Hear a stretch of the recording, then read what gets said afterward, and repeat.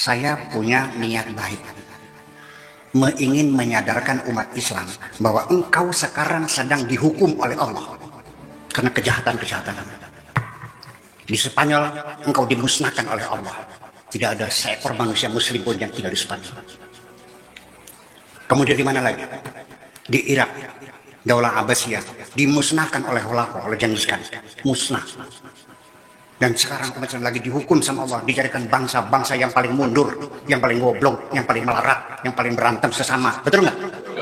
Kenapa kamu bangga? Kami umat yang terhebat. Sadar kamu? Yuk kita bertobat kepada Allah. Itu maksud saya. Assalamualaikum warahmatullahi wabarakatuh. Alhamdulillahillazi anzala ala abdil kitaba wa lam yaj'al lahu iwaja. Asyhadu an la ilaha illallah wa la syarikalah wa asyhadu anna Muhammadan abduhu wa rasuluh. Allahumma sholli ala Muhammad wa ali Allahumma sholli ala Muhammad wa ali. Qala Allah ta'ala fil Qur'anil Karim, a'udzu billahi minasyaitonir rajim. Bismillahirrahmanirrahim. Ya ayyuhallazina amanu taqullaha haqqa tuqatih wa la tamutunna illa wa antum muslimun. Sadaqallah. Pertama-tama dan terutama marilah kita bersyukur kepada Allah Subhanahu wa taala yang mana telah memberikan kesempatan kesehatan kepada kita semua, dan kita bisa berkumpul tempat ini dalam suasana sehat walafiat. Mudah-mudahan Allah tetap beserta kita. Sebagaimana biasa datang pertanyaan dari Ibu Darmayanti. Ya Ustaz, apakah benar kata Buya Syakur, umat Islam sekarang sedang dihukum oleh Allah Subhanahu wa taala? Contohnya di Spanyol dan di Irak. Bahkan di Spanyol tidak ada satupun umat Islam yang berada di sana. Semua dimusnahkan oleh Allah Subhanahu wa taala. Apakah ini benar pernyataan Buya Syakur? Ustaz, tolong Ustaz jelaskan sejelas-jelasnya. Assalamualaikum warahmatullahi wabarakatuh. Waalaikumsalam warahmatullahi wabarakatuh. Ibu Darmayanti bertanya, apa benar kata Buya Syakur umat Islam sedang dihukum Allah? Contohnya Spanyol dan Irak. Kalau seandainya ini benar, berarti kita memfitnah Allah. Allah mengatakan tidak ada dia mengazab atau menghukum umat muslim ini. Tak ada. Tak ada pun satu ayat menerangkan demikian. Ya, Allah mengatakan, aku tidak akan pernah menghukum orang berserah diri dengan dia. Ya, takkanlah mungkin orang yang berserah diri dengan dia akan menghukum. Jadi di sini saya katakan memang Buya Syakur ini masih, kalau dalam bahasa Yunani saya kata perbalisme. Apa itu perbalisme? Dia pandai ngomong tapi tak tahu apa yang diomonginnya. Itu namanya perbalisme. Islam itu bahasa Arab. Itu mazid satu huruf namanya, ya. Aslama itu telah menyerah. Yuslimu akan atau sedang menyerah. Islaman orang menyerah, penyerahan. Nah, itu masdar. Islam artinya masdar. Apa itu masdar? Penyerahan. Muslim orang menyerah. Jadi orang menyerah semua ketetapan Allah, itu namanya orang Islam. Ya. Jadi kalau katanya di Spanyol dimusnahkan Allah, itu orang yang mengaku dirinya Islam, bukan orang Islam. Beda loh orang Islam dengan orang yang mengaku Islam. Ya, makanya Allah katakan Ibrahim saja diperintah Allah supaya Islam. Sebagaimana yang difirman Allah di dalam surat Al-Baqarah ayat 131. Allah berfirman, Isqala lahu rabbu aslim. Wahai Ibrahim, Islamlah kamu Ibrahim. Lalu Nabi Ibrahim menjawab, Qala aslamtu li rabbil alamin. Aku berislam kepada Tuhan semesta alam. Jadi apa Islam itu? Berserah diri dia. Jadi Islam itu orang yang berserah diri pada Allah. Tapi yang dikata Buya Syakur orang yang diazab Allah atau yang dihukum itu bukan Islam dia. Orang itu menamakan atas dirinya Islam untuk merusak citra Islam. Dinamakannya dirinya Islam. Kalau orang Islam itu tempatnya di mana? Sudah dijanjikan oleh Allah. Orang Islam tempatnya di mana? Orang Muslim itu lahum darussalam, kata Allah. Tempatnya nyaman, satu kebahagiaan, darussalam namanya. Rabbihim dari Rabbnya, wa huwa waliyuhum bima kanu ya'malun. Dan dia dilindungi oleh Allah. Mereka itu dilindungi oleh Allah Subhanahu wa taala. Ya, tempatnya di surga. Di dunia dilindungi, di akhirat dilindungi. Itu namanya orang berserah diri. Itulah namanya orang Islam. Jadi yang orang yang dihukum kata Buya Sakur ini bukan orang Islam. Orang menamakan dirinya Islam. Dia mengaku Islam. Sebenarnya dia bukan Islam. Mengotorkan nama Islam, merusakkan citra Islam, maka dimusnahkan oleh Allah orang tersebut. Ya, harus paham ya. Jadi Ibu Darmayati paham ya. Kena berhubung Buya Sakur masih orang yang masih verbalisme. Dia pintar ngomong tapi apa yang dia omongin dia tak ngerti tu. Ya, itu kita harus paham. Untuk menjelas bahasa Arab dengan bahasa Arab juga. Jangan kita jelaskan bahasa Arab dengan bahasa yang lain itu. Jadi tak nyambung gitu ya. Jadi kita harus paham betul itu ya. Ibu Darmayanti. Untuk berikut saya akan jawab. Jadi tempat orang Islam itu, tempat orang Muslim itu di Darussalam tempatnya. Tempat yang selamat. Ya, tempat kedamaian yang telah dijanjikan Allah kepada mereka. Allah pernah berjanji juga, aku tidak pernah memusnahkan orang Muslim, kata Allah. Tak pernah. Masakan orang taat pada aku musnahkan? Itu ya. Karena dia belum paham, dia mudah tertipu ini. Biasa aku pun mudah tertipu karena dia belum begitu mantap tentang Islam ini. Saya jelas saja. Sama dalam kehidupan sehari-hari dah pernah saya jelaskan. Ada orang mengaku polisi, dia bukan polisi. Dia gunanya untuk menipu orang, mengatas nama polisi. Ternyata dia merusak citra polisi. Dia tidak polisi, mengaku polisi. Kalau kita tanya tentang ilmu kepolisian, tidak akan tahu dia. Tak tahu dia. Tapi dia mengaku polisi.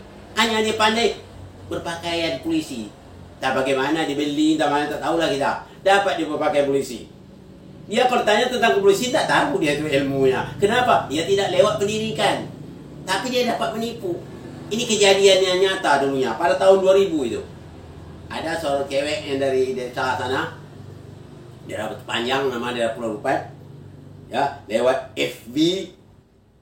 Itulah berkenalan dengan seorang cowok yang berpakaian seragam polisi. Namanya pergaulan di dunia maya. Nama akhirnya cewek di sini mendekati terus. Akhirnya berjanji akan nikah nantinya. Ya, dengan polisi gadungan itu. Akhirnya bagaimana kejadiannya? Tapi dia pintar sekali bicara. Yang mengaku polisi ini. Saya sebenarnya bertugas di Padang ini sudah 4 tahun. Bukan di Padang 4 tahun. Tapi di Padang ini menurut penilaian dia, daerahnya kering. Beda loh dibandingkan dengan Riau. Riau daerahnya basah semua. Makanya saya ingin pindah ke Riau. Tentu si cewek ini senang sekali mendengarnya. Dia mau pindah Riau. Bahkan dia memilih Dumai. Ya, Dumai itu, dasar saya milih Dumai ada 3. Sebab Dumai itu memiliki laut. Yang kedua, Dumai juga memiliki udara. Yang ketiga, Dumai memiliki darat. Jadi, laut, darat, udara, Dumai miliki. Kalau Pekanbaru cuma udara dengan darat. Lebih berkembang Dumai lagi. Makanya saya akan cari di Dumai. Itu pun maaf juga, tak lama saya bertugas di Dumai. Karena saya akan melanjutkan pendidikan saya. Paling-paling saya tinggal di Dumai nanti, kalau ada waktu 7 bulan. Setelah itu saya melanjutkan pendidikan. Setelah itu baru saya nanti diangkat jadi Kapolres.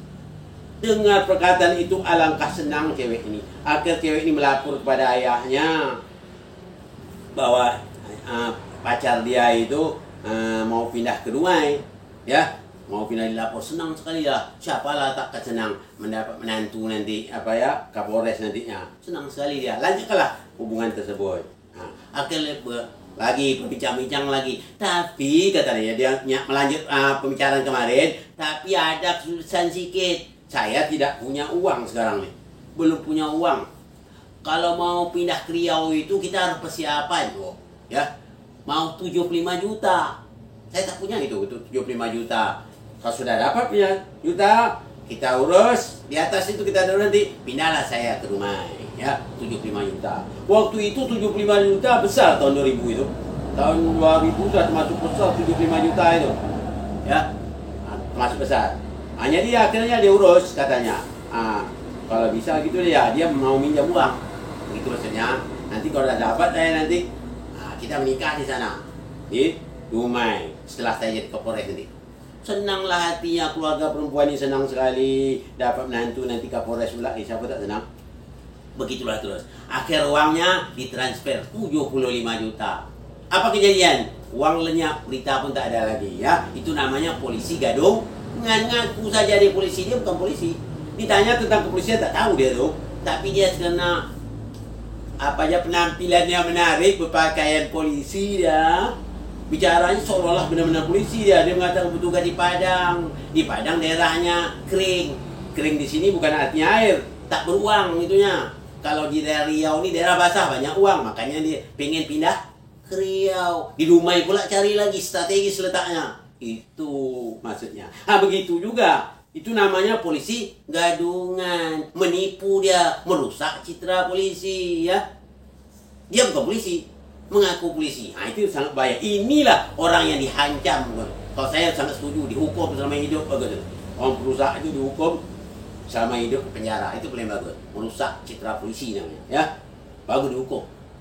Jadi yang berikutnya ini juga sama. Orang ini mengatas nama Islam, dia tak Islam. Dia bermaksiat kepada Allah, merampok, memperkosa dan sebagainya.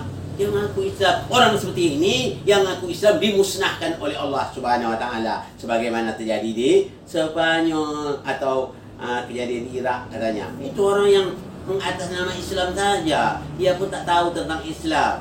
Dia mengaku Islam, ya Islam. Akhir citra Islam merusak. Ya, ibu saya mati. Jadi hubungan pula Pak Buya Sakur ni belum juga memahami tentang itu ya. Belum orang bikin makar itu dah tinggi dah. Itu Buya Sakur belum paham ya. Orang tu bikin makar itu sebetulnya merusak nama Islam ya. Jadi bermacam-macam caranya. Kalau orang Islam tempatnya mana kata Allah? Lahum Darussalam kata Allah. Tempatnya nyaman ya. Yang dijanjikan Allah bagi dia. Rabbihim wa huwa waliyuhum bima kanu ya'malun. Atas pekerjaannya, atas ketundukan kepadanya, ditaruhlah Allah dia di Darussalam, daerah yang paling nyaman nanti di surga. Di dunia dia mendapat bahagia, di surga dia mendapat bahagia. Jadi keputusannya orang muslim itu pintar-pintar semuanya. Bukan bodoh, tapi kalau betul-betul muslim. Yang bodoh-bodoh itu yang apa? Yang ngaku diri muslim, ya ilmu tak ada, tentu ya bodoh. Jadi itu sebetulnya saya pun berharapan Buya Sakur ini perlu pembinaan khusus sebetulnya. Ya, ada waktu dibina dia pembinaan khusus, entah 4 bulan 5 bulan, sehingga nanti umat Islam selamat dari penyesatannya. Mudah-mudahan kita doa, mudah-mudahan dia ada kesempatan nanti perlu kita bina dia. InsyaAllah Ibu Darmayanti ada kesempatan nanti pas kita bina dia nanti ya. Kemudian nanti jangan merasa khawatir, umat Islam tidak ada dimusnahkan Allah. Umat Islam tempatnya lahum Darussalam, mereka tempat yang nyaman di surga. Dunia dia bahagia, akhirat dia bahagia. Itu yang nama Islam sejati. Tapi kalau Islam gadungan, orang-orang yang mengaku dirinya Islam, sebagaimana yang disampaikan oleh Buya Sakur tadi. Orang yang mengaku Islam ini memang dihukum oleh Allah Subhanahu Wa Taala, dimusnahkan Allah di muka bumi nanti. Ya, oleh sebab itu kita berhati-hati ya. Kalau mau bertanya atau tanyalah kepada orang yang paham, betul. Ya, orang yang tahu bab jangan ditanya kepada orang tak tahu nanti. Rusak nanti. Kita juga akan sesat. Kalau kita ikut kebanyakan orang di muka bumi, itulah dia. Sesatlah kamu kata Allah. Allah katakan wa in tuti aksara man fi ardi yudilluka an sabilillah ay yattabi'una ila dhanna wa minhum ila yahrusun. Kalau kamu ikuti kebanyakan mereka di muka bumi ini menyesatkan kamu dari jalan Allah. Mereka itu hanya menduga-duga menurut rasa dia, bukan kehendak Allah yang diikutinya. Pantaslah dia dihukum oleh Allah Subhanahu Wa Taala. Oleh sebab ini saya sampaikan kepada Ibu Darmayanti, umat Islam itu tempatnya lahum Darussalam, tempat keselamatan ya. Kerana Allah yang menjanjikan demikian. Bahkan Allah mengatakan dalam ayat, ada juga ayat kata Allah, tidak pernah aku mengazab orang muslim. Tak pernah. Orang yang taatnya aku tak mungkin aku azab. Begitu kata Allah ya. Jadi kalau pemahaman Ustaz Sakur, dia memang jauh di bawah lagi. Dia hanya sekedar nampak zahir saja. Orang menamakan aku ni Islam, Islam ni jaya. Saya ni muslim. Walaupun dia tak tahu tentang Quran, dia tak muslim, dia berjaya juga Buya Sakur ni. Kerana dia belum mempelajari tentang psikologi Islam itu belum dipelajarinya. Itu kelemahan dia. Oleh sebab itu perlu binaan. Dia juga biasa perlu dibina secara terpadu. InsyaAllah Ibu Dayanti, mudah-mudahan Ibu Dayanti juga orang yang cerdas, bisa membeda. Maka bertanyalah kepada orang yang layak ditanya. Jangan bertanya kepada orang tak tahu. Kalau kita bertanya kepada orang yang tak tahu, maka sesat kita nantinya, ya. Maka tanya kepada yang tahu, ya. Mudah-mudahan Ibu Dayanti mendapat hidayah dari Allah Subhanahu Wa Taala. Begitu juga Buya Sakur. InsyaAllah nanti pada waktu kesempatan lain dia juga mendapat hidayah dari Allah Subhanahu Wa Taala. Mari kita doa bersama. Semoga beliau juga mendapat hidayah. Ini saja yang dapat saya sampaikan pada kesempatan ini. Mohon maaf dari segala kekurangan. Wabillahi taufiq wal hidayah. Assalamualaikum warahmatullahi wabarakatuh.